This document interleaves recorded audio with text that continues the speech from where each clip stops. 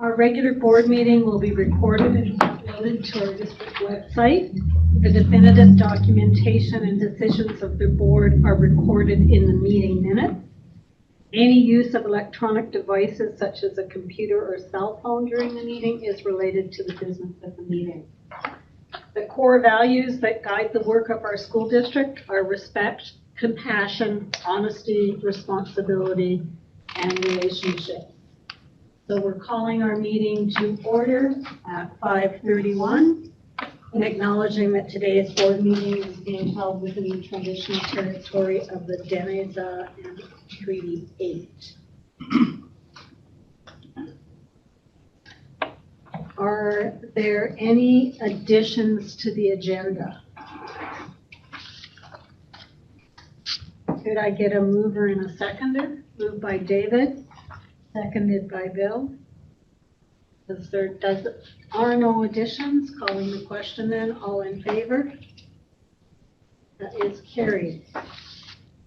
Presentation and delegations. We don't have anybody tonight. So we'll move on to trustee engagement and celebrations. And we'll start with trustee Campbell.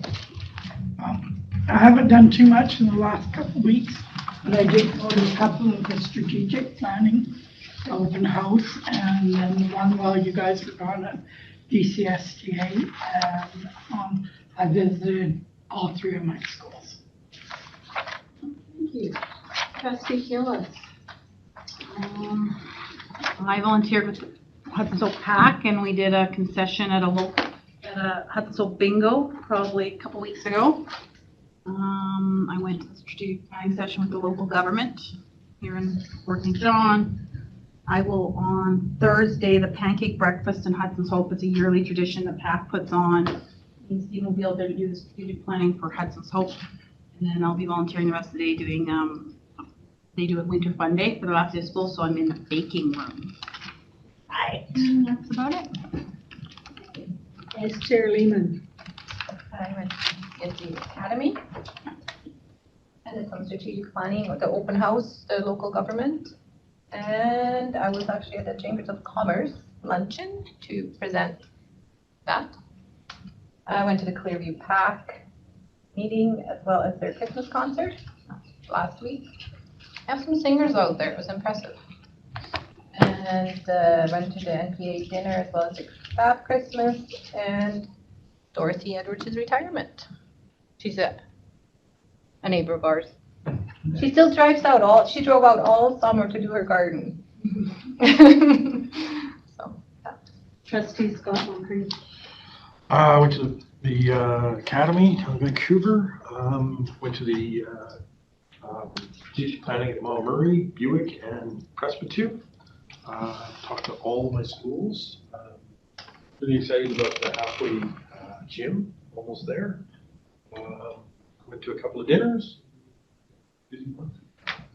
Okay. Okay. Trustee Snow. All right. Start off with a really fun one I took part in.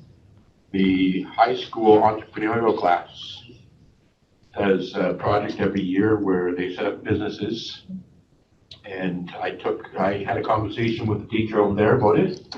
And then I took part in two of the, what they call Shark's Den, where the students have to present to the administrators so they can get a loan for the project. As a result, I am putting on my suit and going helping one of the groups of students tomorrow. And then on Wednesday, I'm going to the high school for their school lunch, putting on my suit and passing out candy canes. I've been to Ben Ambrose several times, and it's good talks with Lori. Kearney, it's going good. It's a busy place. ELC, I drop down there every 2 weeks or so to see Lori. People talk about she's going to be retiring soon, but she's still full of energy down there. She bounces all around that school. It's kind of neat to watch her. The NPA dinner, it was nice. I went to the volleyball tournament, And then there was the DPAC meeting here with strategic planning. The senior alt class, I took part in their strategic planning. It's nice to do with some students. The public one at Ann Roberts Young and the local government one went down to Vancouver, attended the staff Christmas dinner. I left before the dance started. I think that was it. Trustee Witten. Helped out with the Central Bazaar from afar. We did some donations and stuff and was wildly successful. SD60 Christmas party. It was great to be out there. Met a few new people that I never met before, which was really nice. I was at the strategic planning meeting with local governments.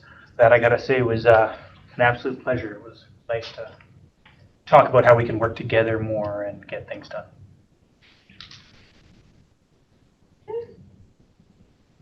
So I've been to Ann Roberts Young and Ma Murray's PAC meetings.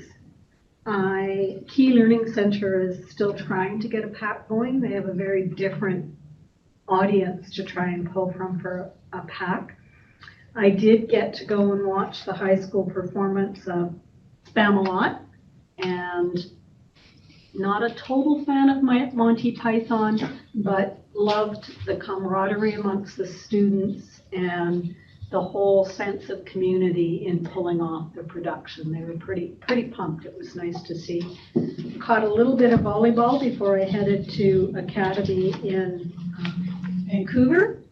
I went to the annual Christmas dinner and dance for the district, and with Madeline's help on behalf of the board, there were 2 gift baskets from us.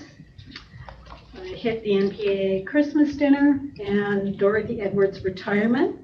I want to say thank you to the staff who organized the event.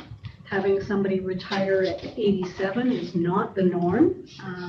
Dorothy shared her age, so I get to say it. But she definitely was a longtime employee who was proud to work for the district, and it was very evident, and it was a very nice event. Other than that, all things strategic planning, the public open house, the local government partners, Presbyterian open house, Indigenous Education Council. I've done 2 radio interviews, Community Roundup, and I did Moose Talk on Friday. And in addition to discussing strategic planning, got hit with the question about perceived need for a new high school.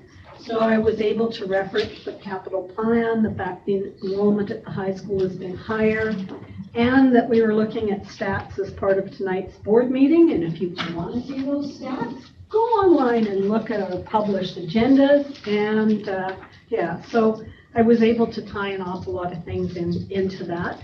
Fortunately, the time frame ran out because it was supposed to be about strategic planning, and it started with, and I've got a couple of other questions we'll ask you, and we only got to the first question on the high school, and I was very prepared on that one. What question 2 or 3 might have been, I don't know, but we were fine.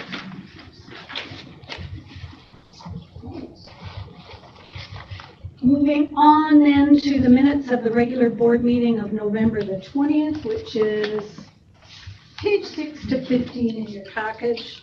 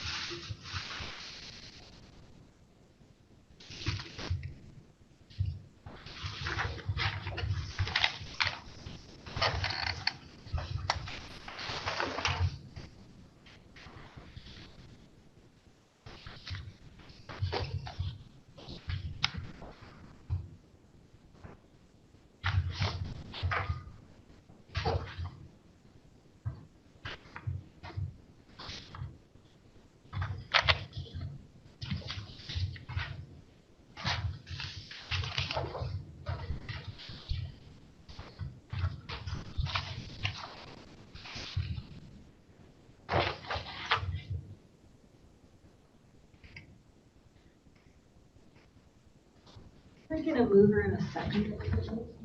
Bill, seconded by Madeline. Any errors or omissions in those minutes?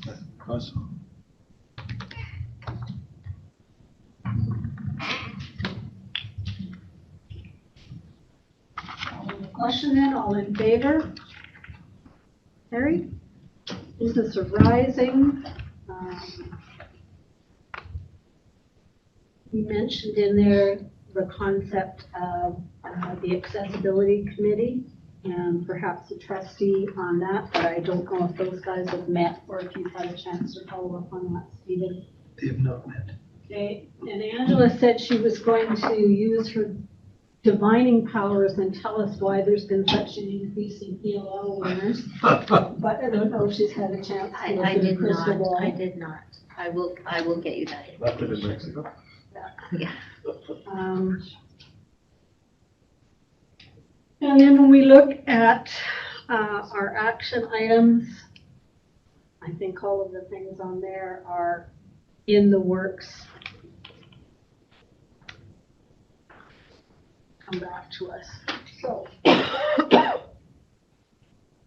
moving on then to item number 6 on our agenda, approval of the excerpts of the regular board meeting of October the 16th, which is page 16 in your package. I'm not giving you long to read this one because guess what? It's short.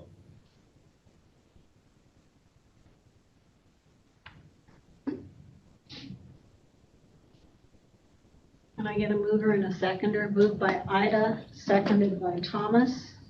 Any errors or omissions? Right, calling the question, all in favor?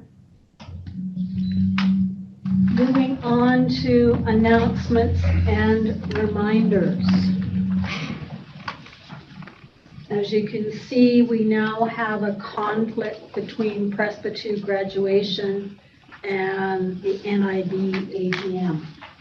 So maybe something that we want to make a conscious decision about leaving some behind for Prespa 2 graduation, because that's an important event to have the board represented at. So we can talk further about that, but I'm just putting that out there now. Are there any other things that we need to look at adding or comments, Stephen?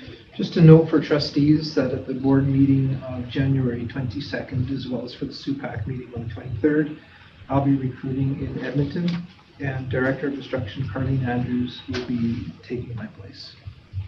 She'll be presenting on some of the SEL programming, both to both the board and to the SUPAC the following day. Thank you. I just have a question. So you said February 2nd, which is Prespa 2 grad, we also have the NIB AGM, but Yeah. so that's not actually on here. Yeah, February 2nd and 3rd. There, NID day. No, down one more, Nicole. Oh, okay, that's in Prince George. Okay, I didn't, have we already signed up, told it, Leah, if we're going to that or not? No, we haven't done that. None of the stuff. I'm working Okay. on the planning committee on that, and we Okay. haven't sent anything out yet.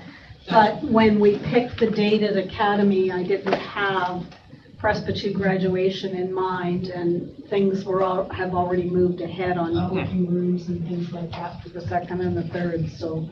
Okay. it's already. Okay. Moving on then to senior staff reports, the superintendent's report.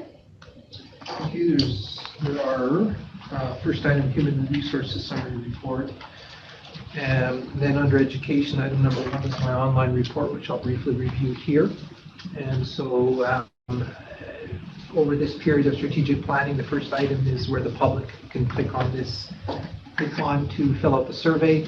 My most recent check is that there are over 500 responses to the survey here, which is a very high response for a government organization. Under intellectual development, very recent results released at least to the district last week, sharing with trustees and the public. More to come in the new year in terms of the provincial averages and the other district results, but it's okay to pause and celebrate the successes. Sometimes there are dips and those kinds of things, and we do worry about the sustainability of success due to staffing and everything else. But the reality is, from June of 2023, we were back up to our improving trends in basically every category. And historic success in terms of the smallest gap that we've seen between regular enrollment and our Indigenous grad, which needs to increase by about 20%. And again, these things can go up and down, but we just want to be in that general direction of improvement, which we seem to be here. And so definitely reason for success, and to thank our staff for working on the projects, and especially our Indigenous education staff who are working very hard. So happy to celebrate that today. Last couple of years, a student from Coquitlam reached out around Real Acts of Caring, and so this time I did send it out to all the schools. I've ordered a poster, because I think it would be a neat activity, and every school will get a poster on this, and hopefully the idea is that classes and teachers access the resources related to Real Acts of Caring. It's student-driven, and it gives our own students an example of some of the projects that they can do and perhaps instigate themselves. Career and skill development, just a newsletter here from our district principal, Brian Campbell. Some information there to read. Under operations and HR, the staff at Robert Ogilvie with the principal met and decorated the school heading into the season, and that's something we do as a staff building activity, team building activity, and the students were very excited to come in the next day and see all these decorations around the school. Also around operations and HR, pleased to announce that we are one of 10 districts who are connecting with post-secondary institutions around a student bursary for their final practicum placement. In the past, SD60 has had some field placements, which you may recall, but these were just UBC, and those particular students may or may not have even been interested in coming to rural.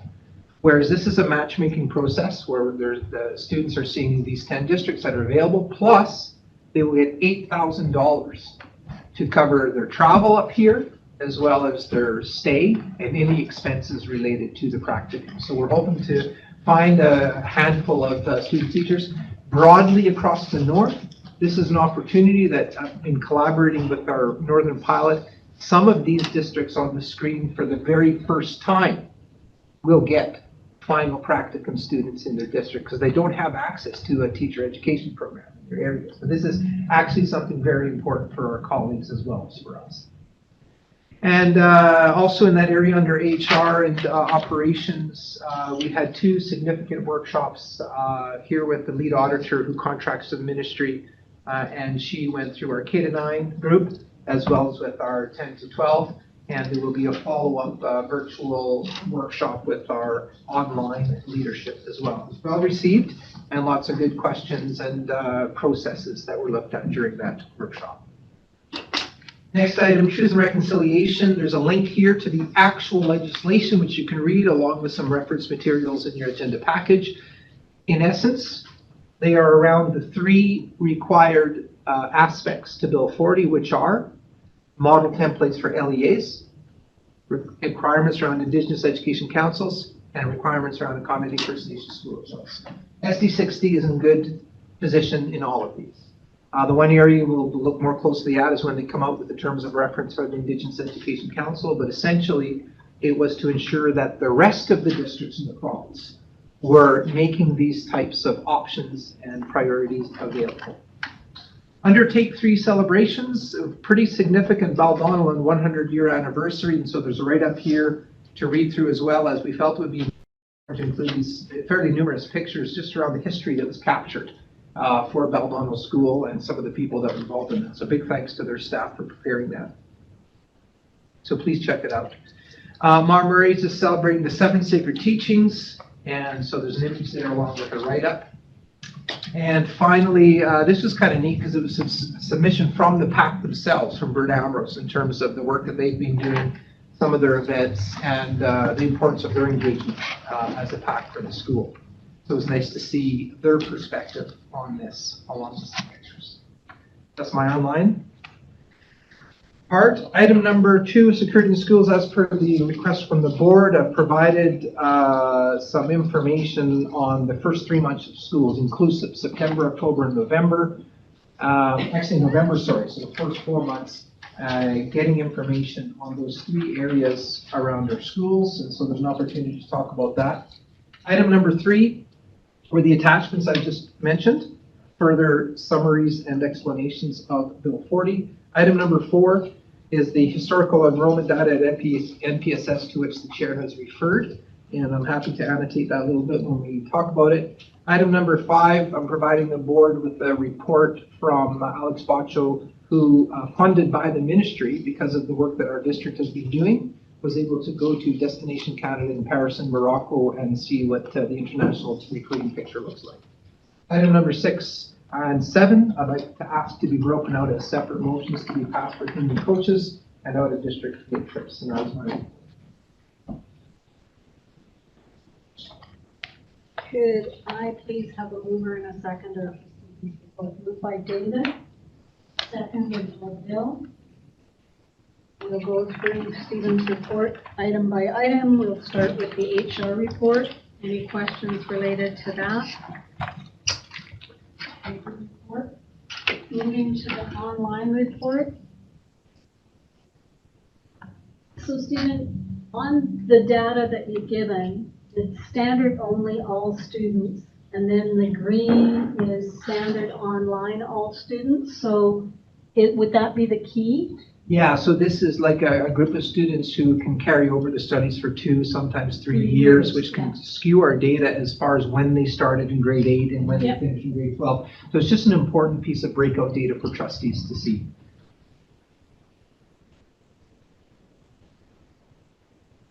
Real Acts of Kindness Caring Week. Questions from trustees? Could you just give me an example of what one of these things would be? I know you said you can click on the thing to take a look at the specifics, but off the top of your head, do you know one of, like, even just Yeah, so they're just Real Acts of Caring. We've heard of previous programs kind of like Pay It Forward and those kind of things, but this one here is led by students, and they encourage them to come up with ideas in their own school of how to kind of spread that message around their school. So here on this website here, sort of more at the top, you can go to who they are, their branches, as well as there's resources for teachers that was sent out in an email that I shared with the teachers. If you go into Ambrose right now, there, I don't know if it's their Facebook page, I think it's their Facebook page. They're every single day posting a different act of kindness that you can do. Smile at 10 people, tell someone something that you like about them. So it would fall within those. It sure would. And in this year, their theme is a focus on mental health and wellness. So it doesn't have to be about one thing from this particular initiative, but it's a week of sort of trying to promote acts of kindness and caring. Thank you. I think it's great. Yeah. Careers and skill development. Any questions there? This year, I venture to a lot of schools just because of work too, and a lot of them have done a really nice job decorating, setting up stuff. What's nice about this one is they kind of make it an evening staff activity in terms of team building and stuff. So Yeah, there's a few of those too. yeah. So the Northern BC Rural Practicum Placement Awards, that's through the grant now. Is BCPC providing the money? Ministry's providing $400,000 just for the North to come up with the student bursary program. So it's been my colleagues who have been on that committee, and I've been working with the ministry in terms of getting this secured. No, I just don't bring it forward with the rural and remote group. Absolutely. So that's They are listening to you then. Oh yeah, we have a direct pipeline of communications in the ministry. Good. So that's the bursary for practicum. For their final practicum, the For their 10 to final. 12 week. Is there geographically limitation as to who you can offer it to? It is a matchmaking process. So these districts are thinking about specific schools, for example, and there has to be some teachers there willing to take on a practicum student, first of all. It has to be accessible, so it's not every single remote school that's able to access this. But certainly for some of the districts that don't have teacher education programs close by, or like we do, this is going to be pretty exciting. We ourselves are hoping to match up with a handful of student teachers. Of course, with the idea that the conversion rate, because it's not been great in the past, we'll see that being higher.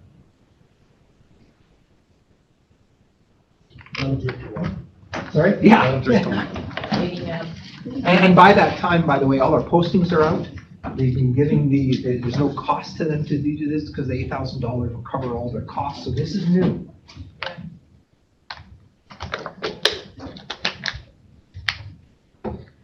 All right, there were 3 separate things within the Truth and Reconciliation, so let's go through.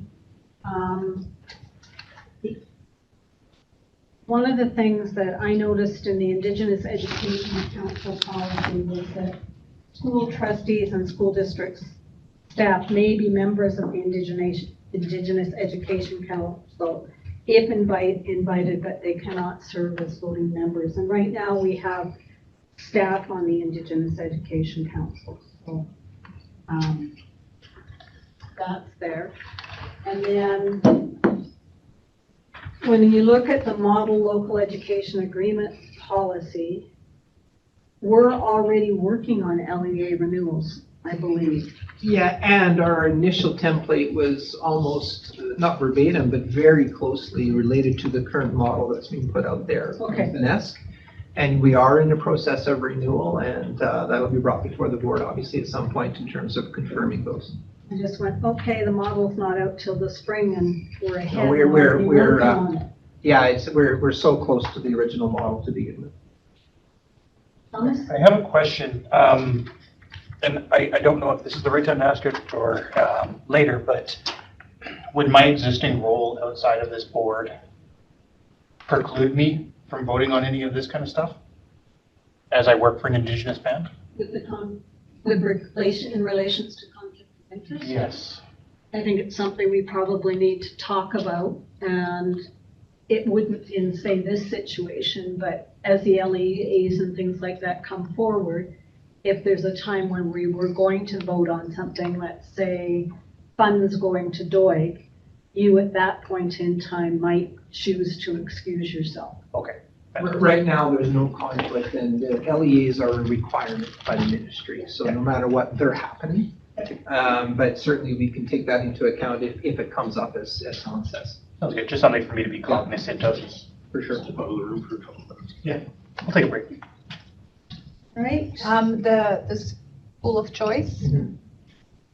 is that, there's not really anything new? Nothing new there. Is there? Nothing new. Of course, we have our sort of school of choice variance policy, but specifically under our LEAs, in fact, the initial ones that we signed, we've been accommodating those few cases, and it's been to our credit on a family-by-family basis, because by the way, even though a First Nation like the DOIG can designate a school, the families within the DOIG also have choice to which school they can attend. So we just continue to work with family by family, where and if there are options, because there aren't a lot of options to begin with anyway. So this Bill 40 is not going to affect us in any way? No, we've been, it's about consistency around the province. Some districts don't have IECs. Some have IECs where staff are voting or not, and so, again, we have not seen the terms of reference yet for the IEC, but the fact that we have one, that the council is making decisions on the budget, we are in good stead.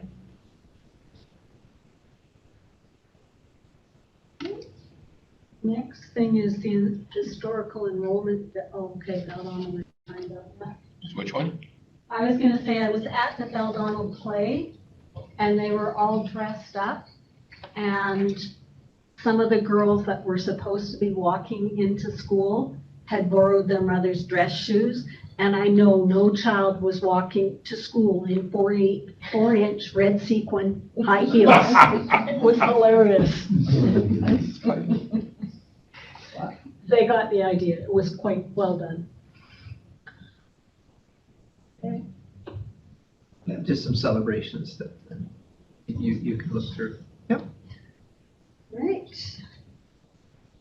Looking then at the data Stephen has given us related to security issues in schools, comments, questions? Can I just ask, you said this came, were you asked, I maybe perhaps missed, you were asked to bring this information forward? I was. And part of it was in relationship to dealing with the OPS site going by Central. Okay. We didn't keep some data. We didn't have an idea if the situation was getting better, getting worse.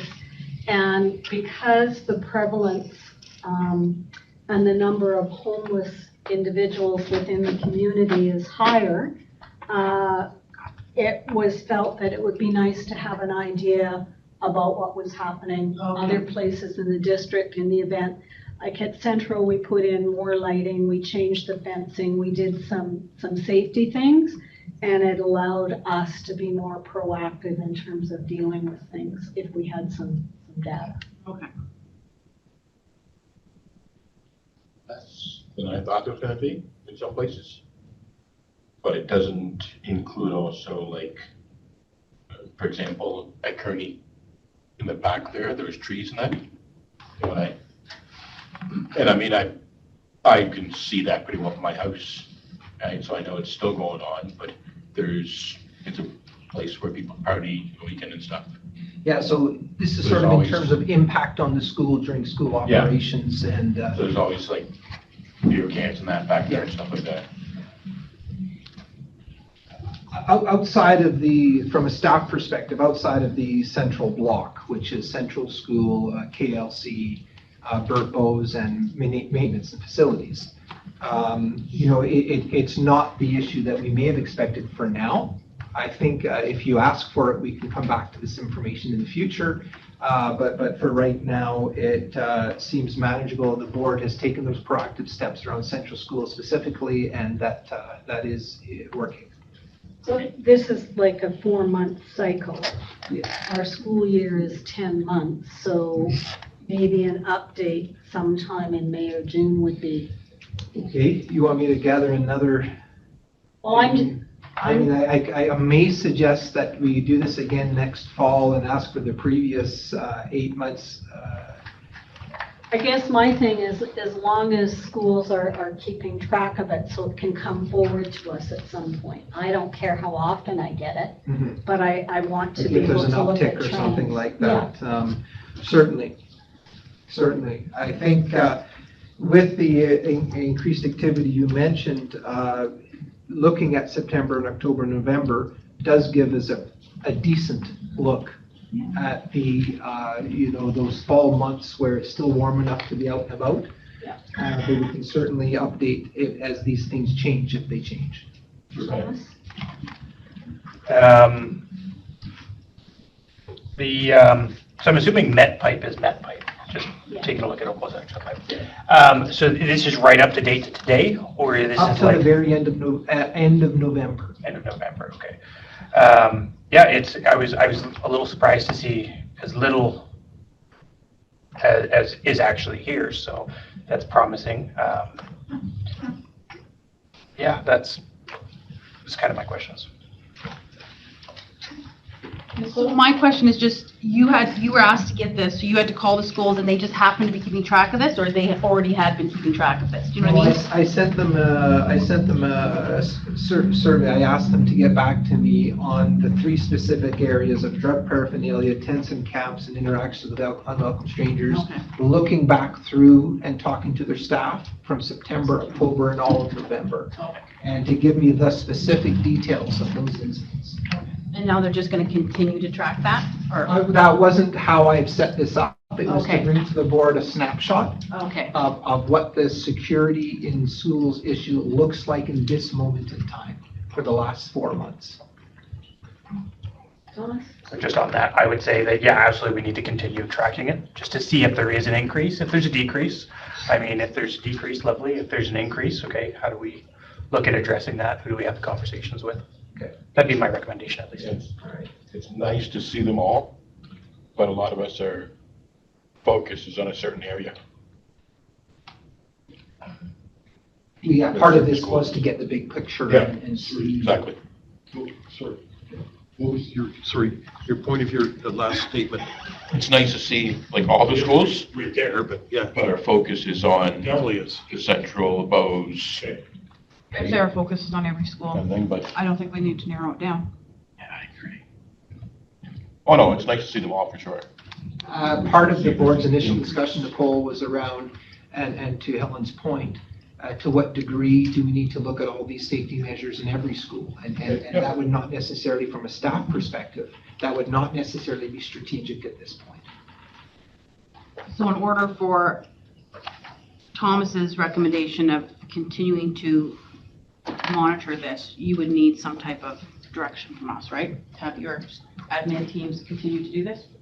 I think I'm hearing consensus that there is a desire, unless I hear anything else, and I'll get back to you on maybe the best way to do that. If we're embedding this into an admin type of report back to me and to the board. I think it gives us some data and some talking points. And for example, as it gets colder, if suddenly people found more people trying to access the schoolyard, one of the things in doing some of the calls related to the OPS site is schools other places had trouble with people coming looking for plugins during the daytime to charge their cell phones and things like that. So it's just if there's an uptick of activity anywhere that has people feeling not as safe as we would like them to be, we just need to know what's going on. Okay. I can bring back something in June perhaps, as far as the previous, Ida? Yeah, I think this was a good snapshot of what was going on and stuff. I don't want it to get too detailed, because then it would get too much for administration. I was hoping it would be, the focus was on Yeah. any potential, what we perceive to be potential Right. impacts of the increased walkarounds in Fort St. John and some of the drug issues that we're seeing. And so I can definitely come back to you in the spring, and we can note it, Leah, as an action item as far as a couple of times a year providing this information to the board. Nicole? Yeah, so I would say that, like you said, I don't need it coming back to me a lot unless you're bringing it back to me to say, wow, look, guys. Yeah. Yeah. But just having your admin teams know to obviously keep tracking these three things so that you Yeah. would then see the data and be like, oh, I need to present this. There is an uptake, right? I need to Yeah. make sure I have a process. Yeah, Agreed. but yeah, I wouldn't need it coming back to us if it's just this. Yeah, I agree.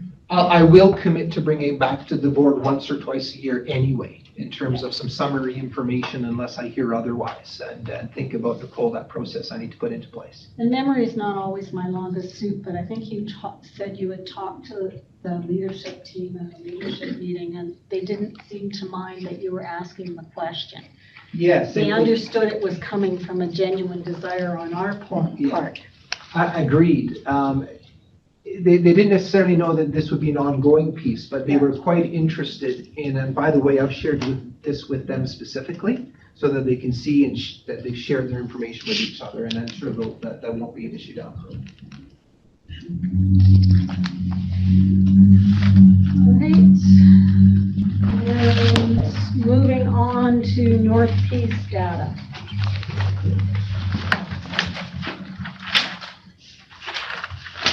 Any questions for Stephen related to the North Peace data that very nicely pulled together for us? Go ahead. Okay. I gotta find it again. But, okay, so I think this comes from if I'm correct, there's been a public saying that we're overcrowded, we need new, what is the capacity, like, what's the word? Nominal Threshold. capacity. Threshold, like, yeah, what are we supposed to have in there? Or what's the maximum capacity at North Peace? Well, there's what's written in the architectural plans, and then there's what the school can handle. Right. They're two different areas. And so if you look, for example, at September of 2000, where they were running a flex system, and they were very close to their nominal capacity at 922. Now, as you, Nicole, you know what a flex system is. They're running 5 blocks during the day. And the reason I highlight that is that in September of 2001, 10 additional classrooms were added to the school. There was an addition, the drama room was extended, and that's essentially places for up to an additional 300 students. So that starts to give you an idea of that capacity in terms of the 924 plus potentially 300 students. You see what I'm saying? Yeah. Since September of 2000, and then they added the addition, we're up 150 students. But again, we added capacity for 300 more students at that time. You see where I'm going with that? I'll also note that in 2010, we ran with 1,220 students in the current main campus. Obviously, that was as crowded, I believe, as we've been. And then we added that 200 capacity of grade 10s through the ELC. And so in the last 5 years, we've gone up a total of 31 students at main campus. And so that is not a significant shift either way in terms of the numbers.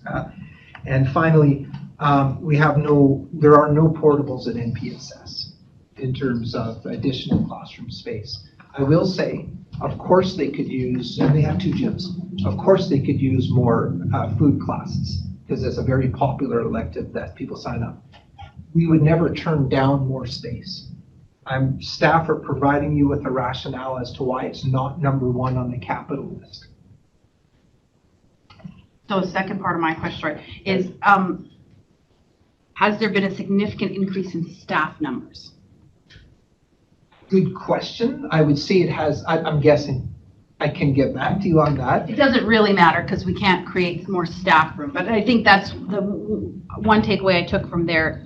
Like the teachers are lacking space to prep and whatever, so they seem more overcrowded. So yeah, when I see the student numbers, I'm not seeing a huge increase, but I'm wondering if the staff increase is also putting on some pressure. Good question. This particular topic was initially framed as a student issue. As the chair pointed out, there was a very useful presentation from NPSS that showed when the students come and fill out their requested courses in the spring for registration, the school builds their timetable on that. Then come the fall, some people change their mind, and therefore the courses they wanted were not available. Right. To be sure, some courses will never be available to everybody, but that's the case in any secondary school across the province. Yeah. The teachers have the pods, as you know, where they do the prep and the staff room. I can confirm, I can guarantee you that the teacher to student ratio has increased by the very simple reality of remedy since the Supreme Court decision, as well as the increase in the number of students with special needs in terms of education assistance. So yes, there are more staff, and I'm not saying we couldn't always use more space, but it is not the priority that we seem to be hearing about. And the ministry will never fund more space, will they, for staff need? Like No. you could never say to the ministry, but we need more space because we have 20 more staff. They're never going to care about staff. That sounds rough, but I'm just wondering. Everything is based on students. Student, okay. Bill, then Thomas. Already. So me and Todd had a sit down about a week ago. We were talking about this.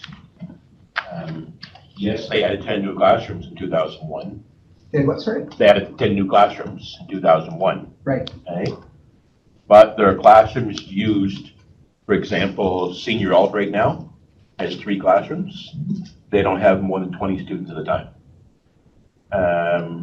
When they added space to the library, that canceled a classroom. Mr. Campbell's program has a classroom at the They school. built out the back bill for the library. Yeah, but also on the side. There's still a room there that is used by Indigenous, but okay. On the other side. Okay. And Mr. Campbell's program has a classroom there they use. Yep. And AdVed has a classroom they use now. It used to be up in an office beside the staff room. Okay, so there's 2 classrooms that there's not a class in anymore. Right. The hairdressing program has 16 kids right now. Mhm. Okay, and a big space. That was in there previously as well. Well, no, but it's for 16 kids. Yeah, I understand. And then, for example, like the Evergreen program, the skills room, tutorial room, that one corner there, there's definitely not 28 kids in there at a time. No, You know, there's all of half- those half of programs that. existed in the past. Yep, but there's half of the, like, there's not 28 kids in there ever at a time. My point is, Bill, when I was there, prior to the addition, most of what you just mentioned was already in existence.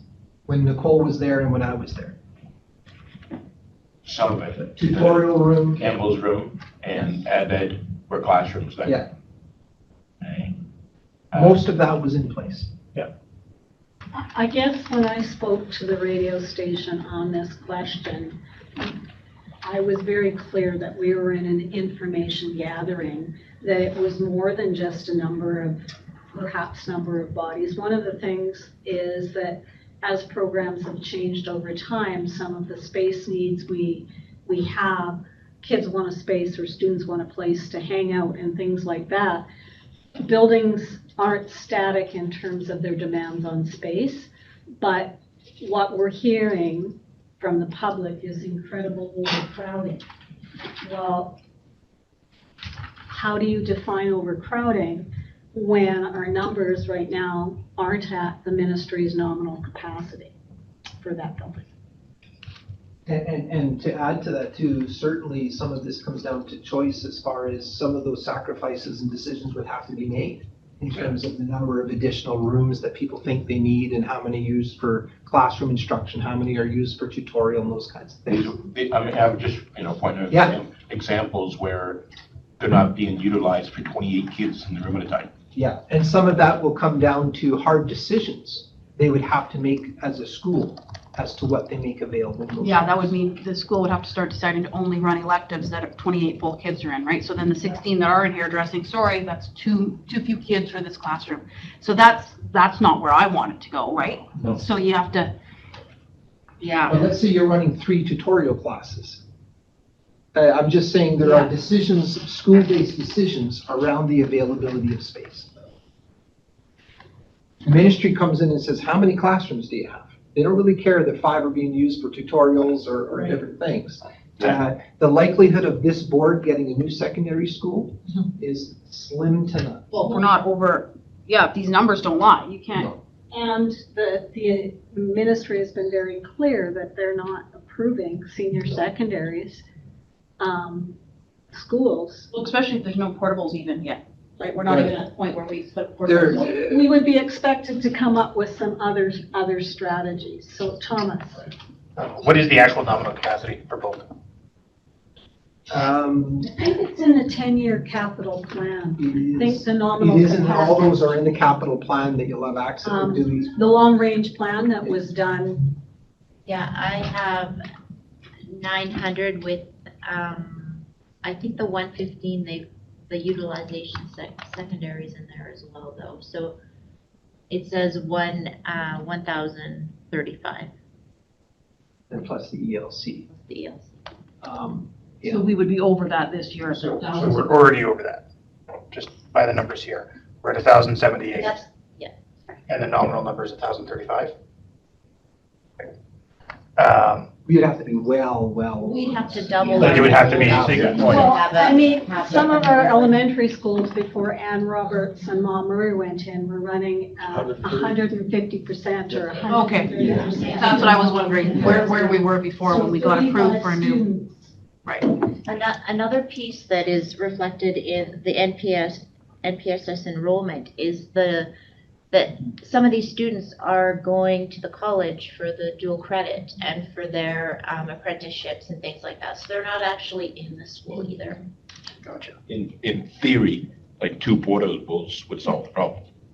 Well, the In theory. reality is that people seem to not like portables, but they give us quite a few options in terms of, yes, that is an option down the road to protect some of these additional spaces that we value. If and when we get some increased enrollment and have the funding to add portables, it's a strategy that we would at least have to start with before they even looked at any more additions or new schools. I mean, and as sorry as it sounds, when you think about Surrey, and Surrey's talking about going to part-day systems for kids because they don't have capacity and space. Right now, our kids are there, and they're there for, the full day. I'm not sure when the flex system stopped, but it allows those classrooms to be utilized every single moment of the day, whereas they're not being utilized at lunch hour right now. So the gathering of the data and the conversation, there's some things that we can talk about and look at before we look at a new school, secondary school, because we're quite far when we look at our numbers. Even when you look at the bulge that's rolling up out of middle school into there, we're still quite far away from hitting a threshold where the ministry is going to consider a strong conversation from us about the need for another secondary school. And remember, grad cohorts, those graduates, that number fluctuates from year to year. So you'll get increasing numbers, you'll get decreasing numbers. And, we're pretty clear from a staff perspective that the board should not change its capital plan based on some of the comments out there that the NPSS is overcrowded. No, we as a board can't start changing our plans due to social media posts or. Well, it's important to get the data to. Yeah, you only hear from a small handful, so this data is important, because I didn't know, I would have thought we were way more than this compared to 2000. Yeah. I wouldn't have ever guessed. Do you know when they stopped the flex system? Yeah, I do hear it's, so in September of 2001, they stopped the flex system. Is that an That was admin? when we got the addition. That's when we had the 10 additional classrooms and they went to the common lunch. Right. So is that an admin decision? Is that the admin that decides to go or not, like to go back on flex? Like, could the principal come to you and say, we need to do that again? I need to. Oh, yes. Okay. And you would entertain that? They'd certainly talk to the district staff to kind of talk through it, but that's a school-based decision. Yeah, because really, the history of it, it took us quite a while to get the addition on there, and we were already on the flex system, and we had to, and our numbers at that time were supposed to increase even more than they did. So it's quite intensive to try to get even some added on to the high school. And I think the way it's built, I think there is one more that we can add on. Right. But it's a good point there, since I think the building of the high school went on a flex system, and so they showed over capacity for 10 years before they even looked at an addition. Oh, I'm sure the ministry, that would be what they'd want you to do. And like I said, I think if you look back, that there can still be one more addition onto the high school before we get a new school. It's finding the reason behind the rhetoric. And if it's deemed that our north piece is bulging at the seams because kids can't get the courses they want, that's a different conversation than it being the actual capacity of the building. So we're really trying to look at what some of the, if we're gonna myth bust, we have to have some facts to myth bust. I believe you have them. Yeah. I believe you have the data. And anytime you put 1,000 kids together, it's a busy place, no matter how many rooms they have. Like Todd was telling me, right now they have one foods room. Yeah. So for the most part, he's lucky if they have one grade 10 class for foods. There are The some. grade 12s get it first, grade 11s get it, and then if there's grade 10 class. Destination Canada Experience, the brief from Alex Botcho. Comments, questions?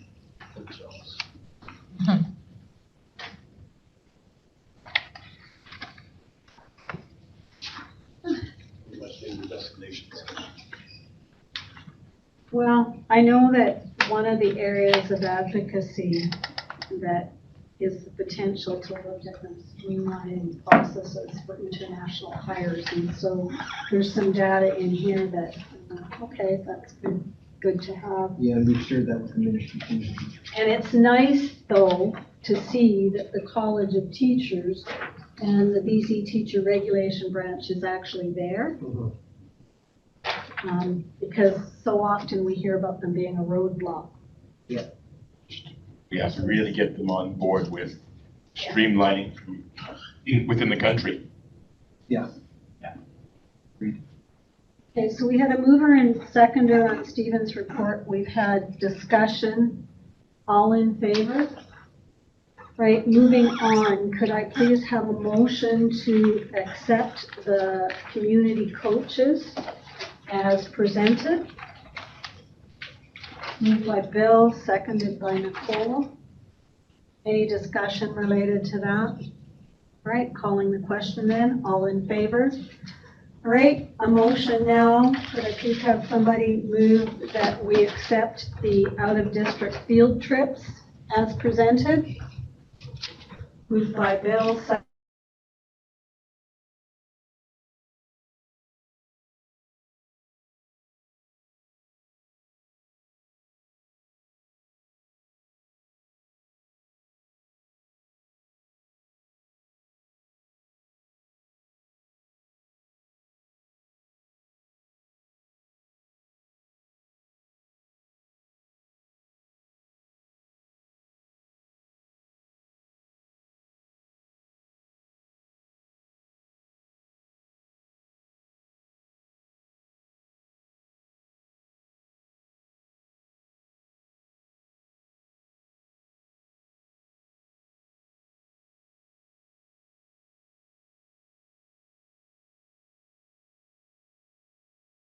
A letter supplied to us by the YMCA about the upcoming before and after school care in Hudson Hill. And then the HR support staff summary for up to December 14th. And that is my report. could I please have a mover and seconder? Moved by Thomas, seconded by Madeline. And now, if we can get you to go through your report item by item to allow us an opportunity to ask questions.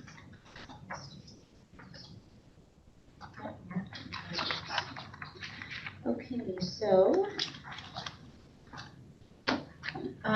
any questions on the finance report as we close in on end of December? We have a meeting with our funding update, which I have been meeting for a while, and they moved the date to December 20th. So then the funding tables based on the September 1701 enrollment will be updated. So we are just estimating accurately, I hope, but yeah.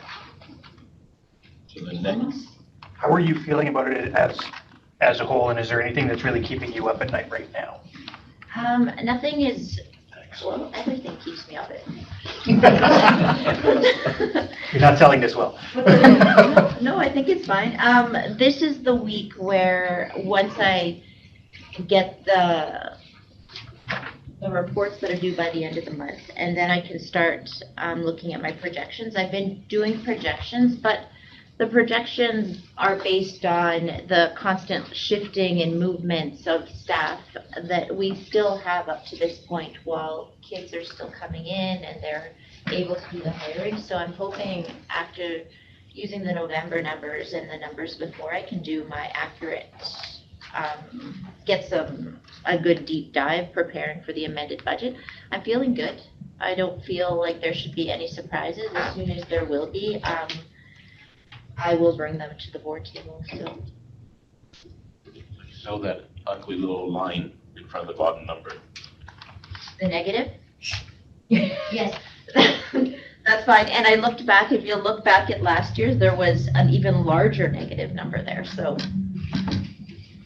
trust me, nothing triggers me more than a negative. But it's still, I reviewed it, and once I will bring the information to Angel. I'm really curious to see how COC casual costs for December, given what I'm hearing about absenteeism in schools. The absenteeism and then some trouble covering. And trouble covering, so, yeah. It sounded like it's been, the last couple of weeks have been very stressful in schools. Oh, yeah, just sitting in that administrator's dinner, such a awful.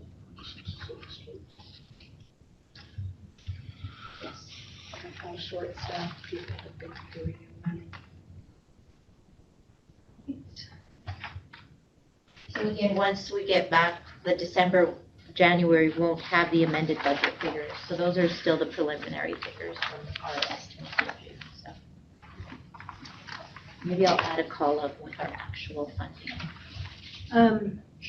Any further questions related to the financial report? All right, moving on to the Hudson's Hope letter. So I think Hudson Hope is very excited that this is happening in January.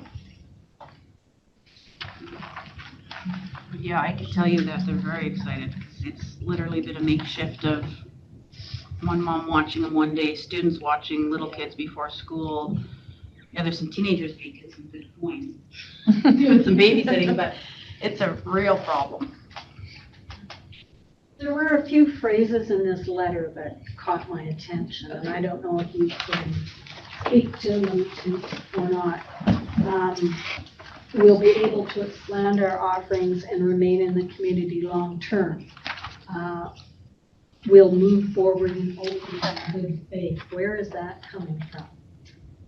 There is some discussions between the Y and the district of Hudson Hope, and there's some other parties there about having the Y or having childcare in the future.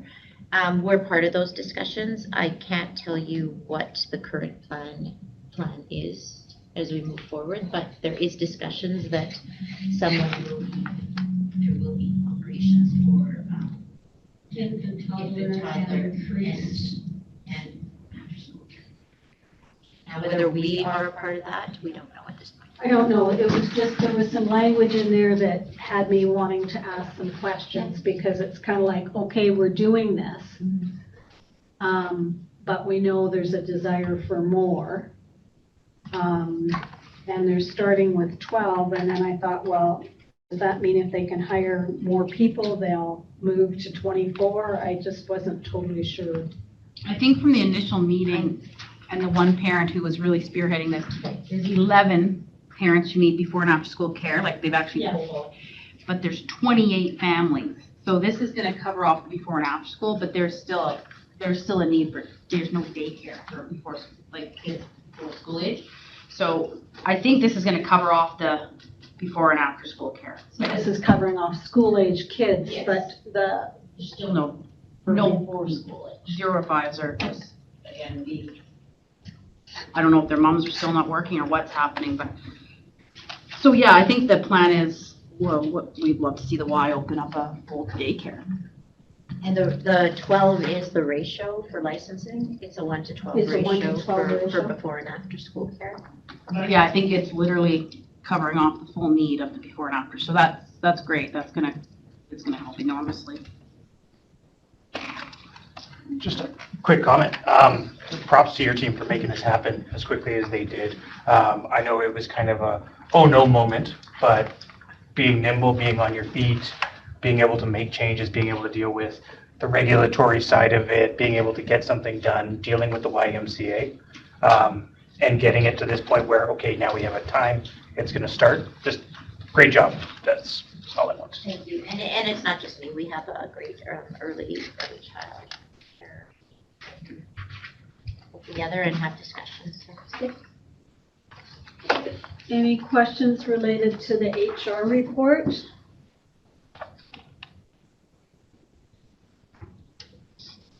Then calling the question in relationship to the Secretary Treasurer's report. All in favor? Thank you. Wasn't too hot. So it wasn't too hot. Okay, moving on to item number 9 on our agenda, which is reports of the regular committee of the whole meeting of December the 4th, which is pages 20 to 21 in your package.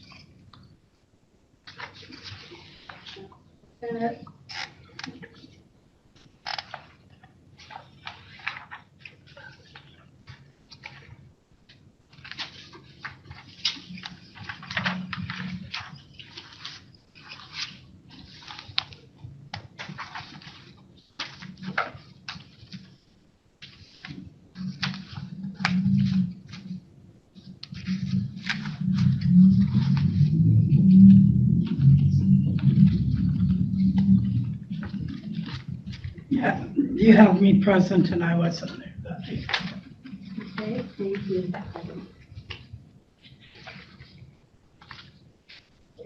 Get that changed. Thank you for noticing that. I missed that.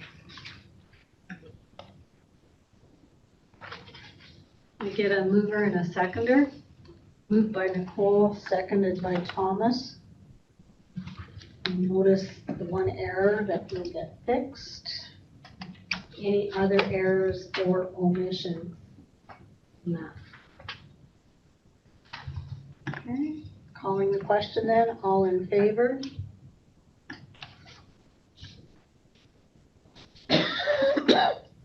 Didn't see any business arising from those minutes. So we'll move on to item number 9.3 in our agenda, which is from Policy Committee. You have a report with the Policy Committee meeting notes that give the background to the policies that we're looking to have notice of motion related to. So the first one is policy 1010, trustee code of conducts. So I need a mover that the notice of motion be issued for this policy, trustees code of conduct. Moved by David. So that will go out for 30 days now. Correct. Moving on to policy 3008. Ordinarily residents. Ordinary residents. I don't know. Is that a word? Ordinarily resident? Yeah. It's right out of the Ministry of Education. It's right out of their stuff, so I guess somebody thinks it's a word, but it seems awkward to me. It's 2 words, it's not much of a title. So this comes out of the audit, the fact that we do have processes in place, but we don't have a policy, so they wanted us to have a policy. So could I please have a mover that the notice of motion be issued for policy 3008, moved by Thomas. Now, there are some procedural things that need to be worked out with regards to this that will come back to us before we look at passing it. And then student withdrawal. And this was one that came out of the audit. And so could I please have a mover that the notice of motion be issued for policy 2012, student withdrawal. Moved by Ida.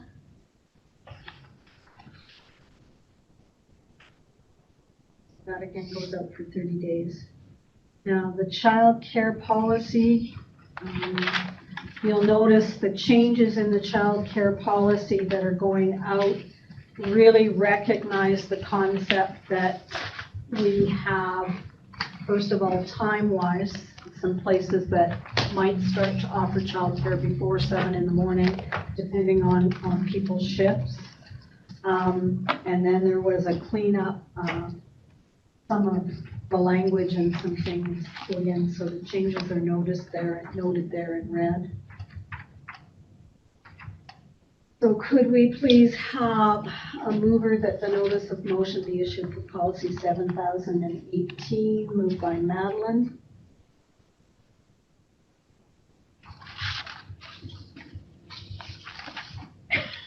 And then the final policy that's going to go out for notice of motion is the Public's Interest Disclosure Act. And these changes come about because the ministry sent a second template with these particular changes, because trustees are not employees. And so getting taken out of there. I please have a mover for this. Moved by Ida.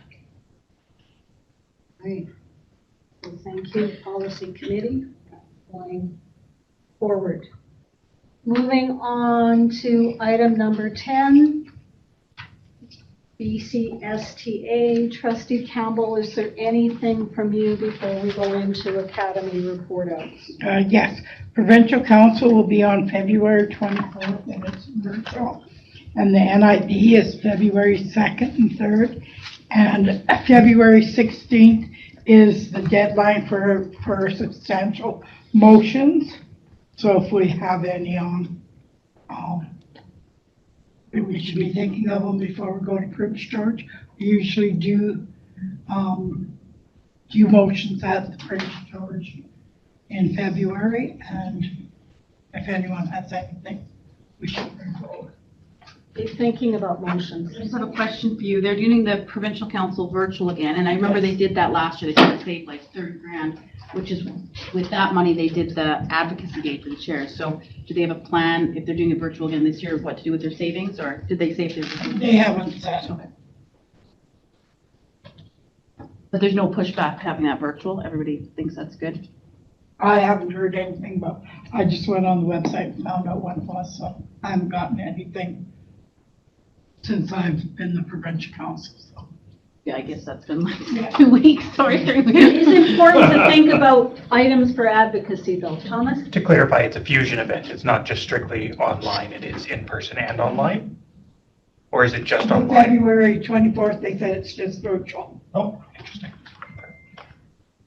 And I'm sure that one is, they just are doing the budget. Going Yeah. over some budget, yeah. It seemed like quite I the don't expense think it- yeah. that they used to incur to have people there. And the savings was Yeah. huge, so. But like you also said, you wouldn't necessarily need that advocacy day for chairs every year, so I'm just hoping they do something Right. else with their. Well, the other thing though is that should there be any extraordinary motions, those would come to provincial council then. Right. And with provincial council, it is virtual. We only have one voting member, but if people want to attend as an observer, you're always welcome to do that. So when the registration information comes out, if you want to attend virtually, it exists as an option for you. The registration is on the 23rd of January. All right. Moving forward to trustee academy report outs. Who would like to start? I recognize that they've only got, I believe, items up for 2 of the sessions that you can go and look at on the website in the portal. But it seems to me that it's nicer to be able to report now while it's still fresh in your mind. And then if some of those reports go on to the portal and there's things that you want to bring back to note from those sessions, that can always happen at that point in time. So, Bill, Thomas, David, and I. Madeline. Alrighty, so I went to the overdose presentation. It was a trustee which had a son overdose, and she had a police officer there with her. It was interesting. For me, the biggest thing came out of it, honestly, was with the police officer, made a good contact that she's going to set me up for, when we go down for AGM in April. I'm going to go down early a day and meet up with some liaisons people from the police officer's office kind of thing, to that work with youth care workers and such, right, to see how they're doing things. So that's a bonus for me for sure. And then the other one I went to was the blanket exercise. I have taken part in probably 10 or 12 of them before, at least. This one, I mean, it was a little, I found it mild. Some people were really impacted by it. I just don't know if they were people that it was their first time or not. Right? But it's kind of, who the presenter is. Okay? And it's nothing against the presenter, it was just how kind of a nice, I'm trying to say it in a nice way, but how harsh they are. Okay? But no, it was good. There was people there that learned a lot from it. Okay? I got some out of it kind of thing, but hey, myself, I'm more into the, I want to be affected kind of thing. But the session we had in the morning, the fishbowl, I enjoyed. And then we had a bunch of really good presenters. And the student one I really liked. And I really liked the presentation from Dawson. Student presentations are up on the portal. There's slideshows. That's there's 3 things that are up on the portal. What did Dawson do? The engagement with a student. And they, gave suggestions and some problems they had in schools, and anywhere from lighting to heat, the schools, all kinds of different stuff. It's interesting. They were get everybody's perspective kind of thing. Done an environmental scan of the district. Okay. And they took their own students there? From Dawson? Yes. Oh, 1, okay. Actually, I think they brought 2. Within their budget, they have, within their district budget, a place for student voice. So they brought 2 students down. One did the presentation at Academy, and then these 2 students were going the next day to a school, I think it was in North Vancouver, to connect with a student group there who was doing similar work. Okay. We could have, all districts could apply to send people. And it was 4 groups that were there. Yeah. And children, Yeah. students. Exactly. Oh, and BCSTA would have paid for them? Is that what you mean? Okay. Yeah, somebody did, I can't remember who paid for it. But it was still up to the district to organize the logistics of travel and chaperone and all that fun kind of stuff that goes along with having kids out of district.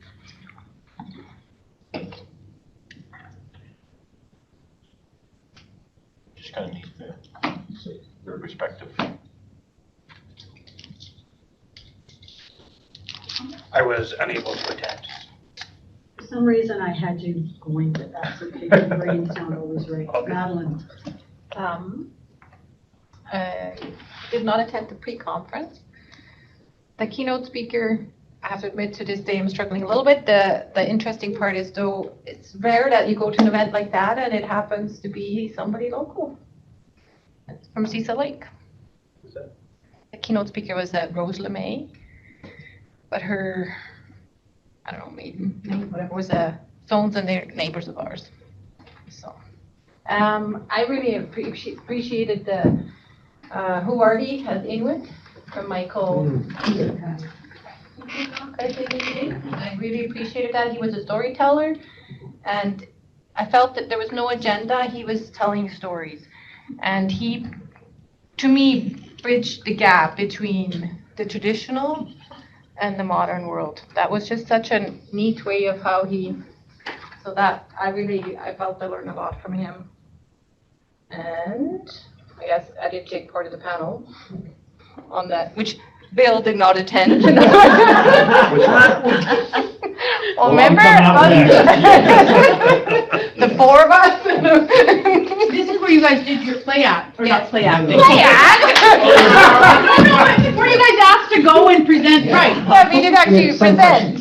How'd it go? It went, well, I felt I kind of. We got very. You missed it? No, Yeah, you did! I went to a different presentation Well, yeah, because you see these guys all the time, right? so that I could, Yeah, that's good.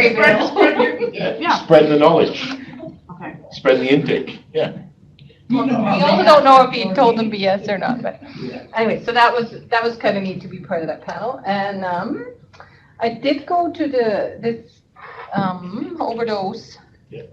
one as well, and I have to say too, it was the police officer that I thought was very impactful. She's from a very rough background. 3 siblings that ended up in the drug scene and overdosed and whatnot. And what I felt was amazing was she said there were 3 teachers that made the difference in her life. Yeah. You knew their names, and I think there was one in the room even. It was. Oh, wow.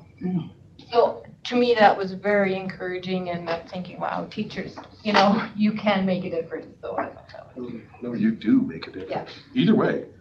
yeah, either way. Did they have the Minister of Education and the critic there this year? No. Yeah, okay. No, just. Just the Minister of Just the minister. Education. Just the Minister of Education. Okay. It was great. I went to this one on emergency. They were fantastic. No, it's good. I really- David watched it. Okay, Dave, you get points. I know. It was really good. The whole thing. The storyteller was fantastic. I really loved his free flow from the hip. It's literally why I didn't go, because if I watched you guys, I would have been Heckled. throwing. I wanted to heckle I would have heckled or tried to make you laugh or something. It wouldn't have been good. Even the superintendent for SD 59 behaved herself. Just shocked. But I think it was hard for her. Very hard. Anything else? So I went and I did go to the pre-conference, and the pre-conference had 2 of these fish bowls. And a fish bowl, basically they put 4 or 5 people on the stage. They sit in a circle with their backs to you, and then there's questions that they're asked to respond to. The first one was a lot of the Indigenous leaders. Finesse was there, Indigenous trustees. The second one in the afternoon was the one that really spoke to me, and that was matriarchs.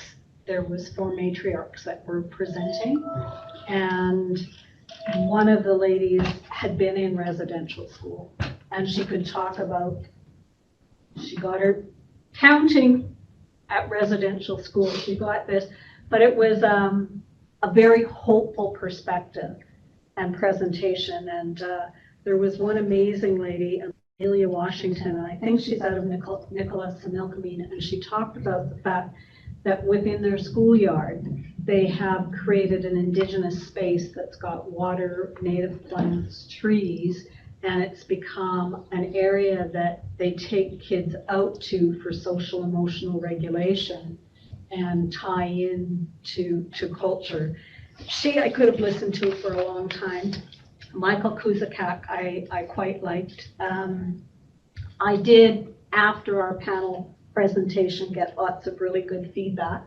One of the things to prepare for that is I had looked at what our district context was, and of course that's that we serve 3 municipalities, 2 regional district areas, 3 distinct groups, all of these people. Then I went to Delta's in the afternoon because Delta had sat and watched ours, and there wasn't very many that went to Delta, but I felt it was nice to go. And Delta gets up there and in their context and says, well, we're not like Fort St. John. Our school district boundary aligns with our municipal boundary, so we deal with 1 police force. We deal with 1 elected government.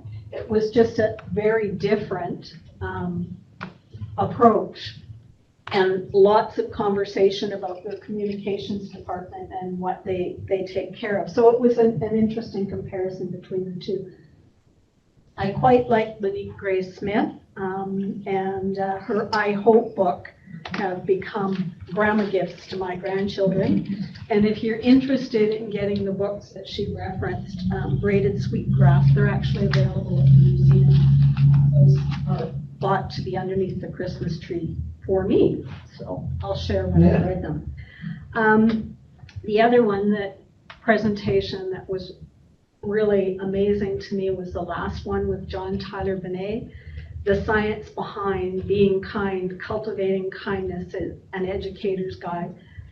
And he's done a lot of research around intentional acts of kindness and shows that it reduces stress for students and it bolsters their sense of well-being. And when you look at all the intentional acts of kindness that are going on in our community right now, that our students are involved with, whether it be food drives, pajama drives, There's 4 classes from, no, not 4 classes, it might be even more than that, from Mount Murray that they've got their packages for seniors that are going to go Christmas caroling in different places for seniors on Thursday. And when I talked to one of the kids, they're just so excited about it. Well, what are you gonna say? I don't know, but they'll like it. So, it just was a really good presentation. I'm hoping that he'll put all of his slides up because he showed his research and how he had pulled together the information. And I could see using stuff from that one quite well. Sorry, Helen. One of the things I just thought about was I had a really, about an hour-long talk probably with George from Skin, is it again, north of Terrace there. Skidegate? No, Niska? Yeah, no, I was gonna never pronounce that, but just about how isolated they are with kind of thing. You know, because I don't look at us as being isolated and like really rural, right? And we have problems getting people. So I'm kind of sitting talking to him going, how do you guys get people if we can't? Like, yeah. And it was just so interesting. He was telling me about the area and how much they have to travel. And if the river freezes, they drive across the river and stuff like that. And I'm going like, you know, we don't have those issues. Okay? So I was finding it neat when I go to those, talking to people from the very rural areas and hearing their issues and going like, we have issues getting people. How are they ever doing it? Right. Moving on, BCPC, Vice Chair Lehman. Not too much, as you could see on the previous, the AGM is on the 25th of January. I do believe at this point, myself and Tom are signed up to attend. Now, the reason on that one being virtual is, believe it or not, but bargaining is already on the horizon again. I would say local is starting in November of 24, and then, so the next AGM will be a big one for BCPC because that's right prior to that provincial bargaining happening. So that's why they decided to do this year's virtual. Anybody else that would like to sit in on? I do not foresee it as a big, but again, it's the same thing. It's an AGM. They're going to get the business portion done. There's going to be no keynote speakers, no presentations, right? So it'll be just business. And you can register to attend, but again, it's like for the council one voting member, but you must not be in conflict of interest by BCPC's rules. So what will happen is at the next board meeting, we'll know what, because I will need information or input as to what and who to vote for. For the executive? Because they will vote again, I think 2 directors. Yeah, there's 2 directors' positions up. That are gonna be up, so we will have to decide on that. Anyways, I will have that information for the next board meeting. We have a question over there. What is it? Sorry. 25th of January, sorry. It is on the, look on the agenda on that, it is on there.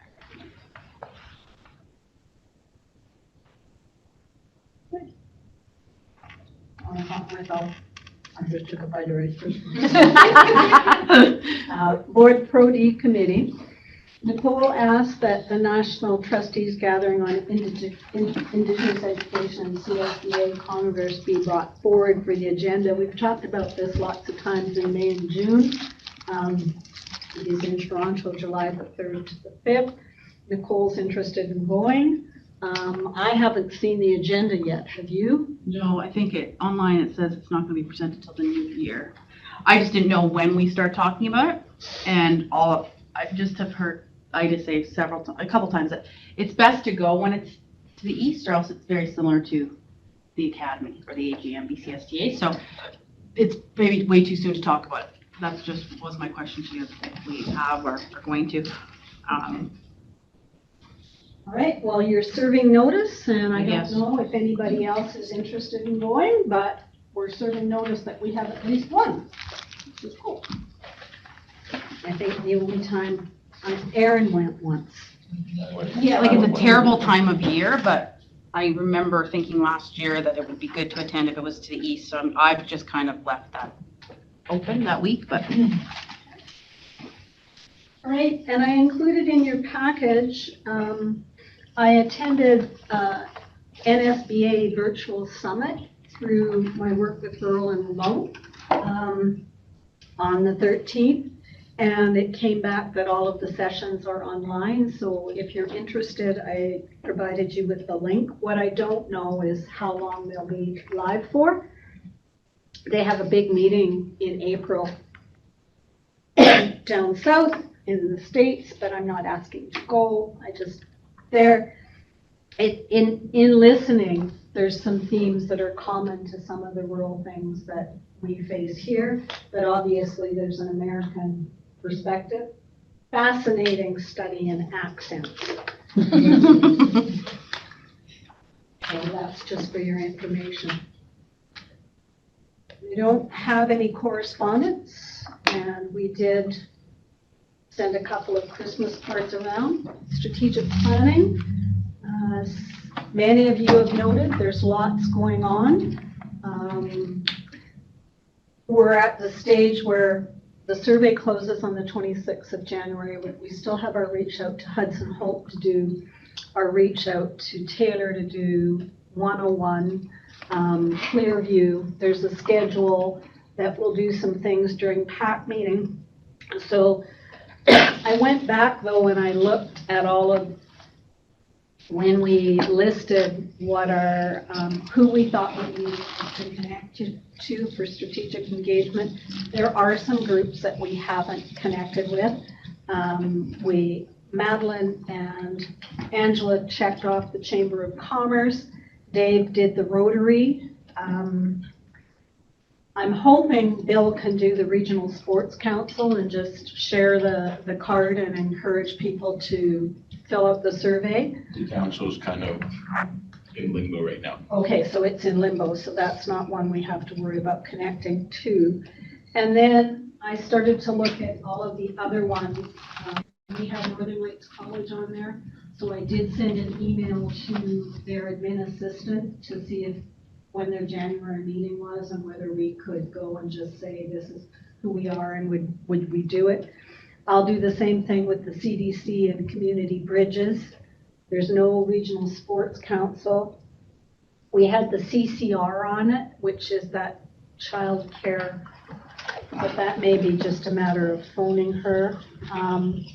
Petroleum Association, Oil Wives we had on, Firemen's Foundation Council, Legion, and Fort St. John Friendship Center, Salvation Army, and Association for Community Living. So does anybody have any contacts with any of those people? I'm happy to reach out. David? CCRR, a friend of mine, so I'll just reach out to her. Okay. Do you want me to deal with, sorry, there was Community Bridge?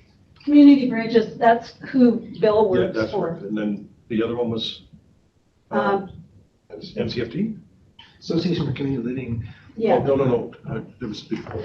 I had Petroleum Association, Firemen's Foundation Council, Right. CDC I'll do. The Legion, she said. The Legion, I don't know. I don't know anybody there. They can fill out the survey for a lot of these. Like, I don't even mind if you want to put on your list. I don't mind connecting. I just met with the CEO of Association for Community Living, so I could send that out to share with his board, the survey link. Where I knew people had both a board and a CEO, Yeah. I was going to attempt to try and connect with the board, just because when we looked at our connection with local governments, that face-to-face connection, I think, is really important if we can do it. That would be the next phase early in January. And I am going to reach out to the Taylor Council, since how there was a conflict for them to come to the PAC one. Well, I'll leave that to Legion and CCRR. Okay, so they're going to do Legion and CCR. There is a German translation of the statement. There is a German translation of the survey now. Okay, Nobody can double check. so we need to Those don't follow check. up on our meeting in Presbyterian, we need to send both that and the discussion questions to Marge. Did you do it? So the German they speak out there though, little bit different than you, right?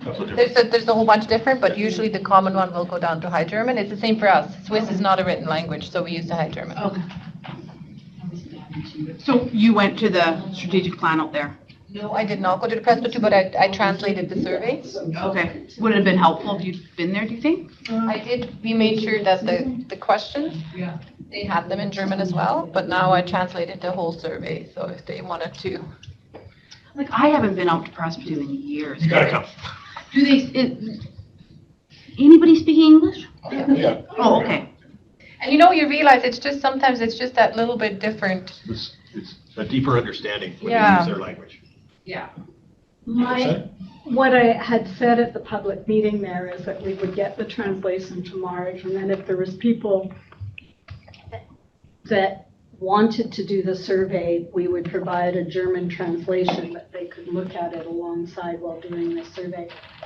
Honestly, there was probably people at that meeting that might have had opinions that might not have put them up on a sticky and Yeah, put them out I agree. because there was such a strong community presence and voice. So it's important that, that survey be made as easy as possible so that we can pick up some of the. Well, they'll appreciate that we took the effort to translate it to their language, I would think.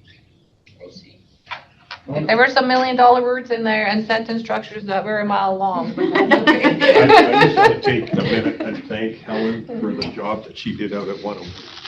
That was overwhelming. She just handled it beautifully.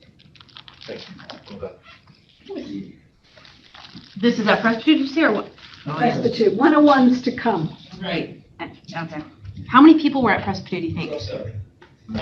Wow. I said to him at one point, count. It's crazy. It was crazy because people kept coming in. And the really nice part was that there was one person that Got really in my wanted face. to argue and wanted to be in my face. And there was no way that you could switch all your groups and manage.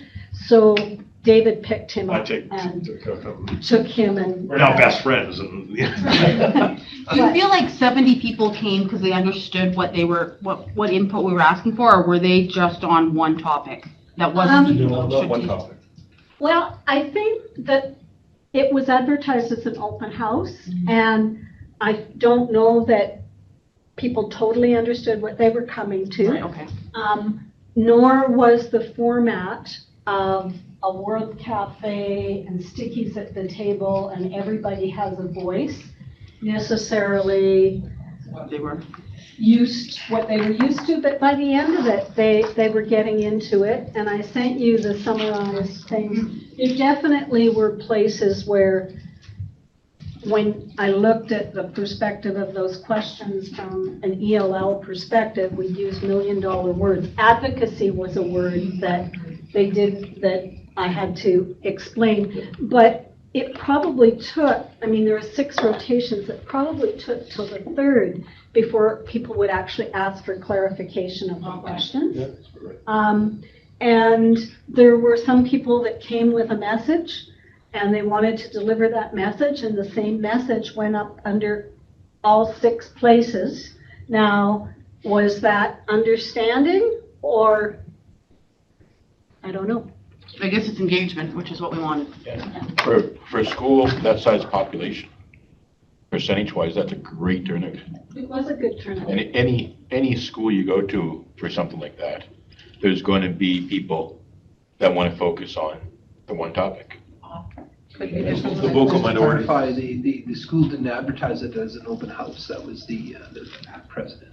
So No, that's Well, a great turnout. The concept of strategic engagement and what it was and what we were trying to do, I don't know if even at the end of the evening, it was totally understood what we were trying to do. So when it was advertised as an open house, I think that the PAC president did it out of, well, how can I explain what they're trying to do? And that was the term. So were we surprised as the people kept coming in? We're grabbing chairs. Yeah, because if I hear the words open house, I think, oh, I'm gonna say this is my chance to talk about anything and everything, right? So, okay. Very respectful, a good evening. So, yeah, and if you look at the summary, there's things that we can't meet the ministry's requirements on and do what they want, but the concept of having some voice in how their school's going on, some voice in their library collection, some of those things that came out are things that, if I looked at that, I think there's some things where we could meet partway on. That's operational, and I'm not operational. Bad, Helen, bad. Right. The long-awaited public reveal of the overdose prevention site's frequently asked questions I put in as part of your package. This is now a public-facing document that I have been given the permission, anybody that's been sitting at that table for the community advisory group, we were given the permission to release this as public-facing. So it is there, it is part of your package. Some of the information that's contained, you will find is exactly the same information that we got from Northern Health in our meeting with them. So.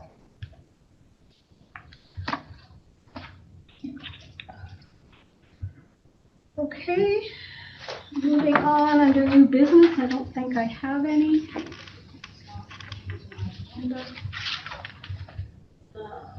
We do not have Michelle here tonight for a PRNT update. We don't have anybody here from CUPE, District Parent Advisory Council. So we are on to item number 17 on our agenda, and that's questions from the press and public related to agenda items. And I forgot what I was going to say now. Just when you were thinking about the people that are doing the reporting around the schools in the area and the daycare centers, is there not, like, put it towards the school, like say Bert Bowes, to their student council and say, hey, you guys, we would like your input, would like some of your help. Have you seen any of these things in the grounds? Letting the kids sort of grow up knowing that we're caring about them, and this is for your safety too.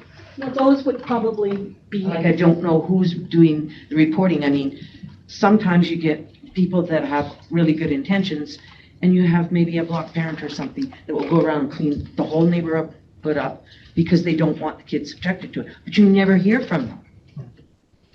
Point well taken. At this point, it's things that have come, at this point, these are incidents that have come to the attention of the administration, and each administrator would have conversations with their staff about what they needed to report so that the administrator is aware of, what's going on as a safety issue. And we take questions through the chair, and if I can, Chair, also add that to a certain degree, we have annual surveys that we do put out to the students. They're not necessarily specific to drug paraphernalia found around the schools, but it's broader around, do you feel safe at school? Are you feeling welcome to school? And they do have an opportunity to respond in different ways. So we have a level of reach out to the students, but I would certainly take your suggestion under advisement. I was just thinking of it when you were talking. Yeah. Like, who gets the input? Yeah. I mean, you might have a block parent that does cleanups. Fair enough. Thank you. I'm just wondering if, I know Northern Health gave you this lovely pamphlet here. Yeah, the OPS. Have you ever heard of Ibogaine? Ibogaine. How do you spell it? IBO. Is that one of the G-A-I-N-E. agonist drug therapies? It's a compound derived from a shrub in Western Central Africa. It's used to help ease the symptoms of drug and alcohol withdrawal, ease the cravings, and lower the risk of recurrent use. One of our Zoom calls that we listened to mentioned it, and it does sound hopeful. I'm just wondering if Northern Health. It hasn't come, well, it hasn't come up at the community advisory meeting. Northern Health doesn't necessarily report there on all of their initiatives. They're responding to our concerns related to awareness of what's going on at that site and safety around it. Right. I forgot to mention that they're actually, I could have been at an open house tonight where they are taking people from the community advisory committee through so we can see what's going on. But the number of people on that community advisory panel is huge. I've never had a meeting where everybody has been there, and they actually will do more than one session to take people through because there is a occupancy capacity of 20 for that building. So they're scheduling to go in, so I will go through it another point in time and report back to you on it. Thank you. Thank you. Thank you very much. Yeah. Can I ask, sorry, how did you spell that, please? IBOGAINE.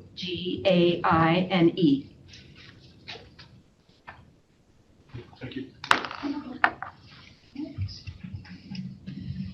Can I please get a motion to suspend the regular meeting and move into camera? Moved by Thomas, seconded by Bill. All in favor? Great. Right, could I please have a mover and seconder that the in-camera motions be brought forward for implementation? Moved by Ida, seconded by Madeline. All in favor? Thank you. Now could I get a motion to adjourn our regular meeting? Moved by Bill, seconded by Madeline. Calling the question, all in favor? Our meeting is adjourned.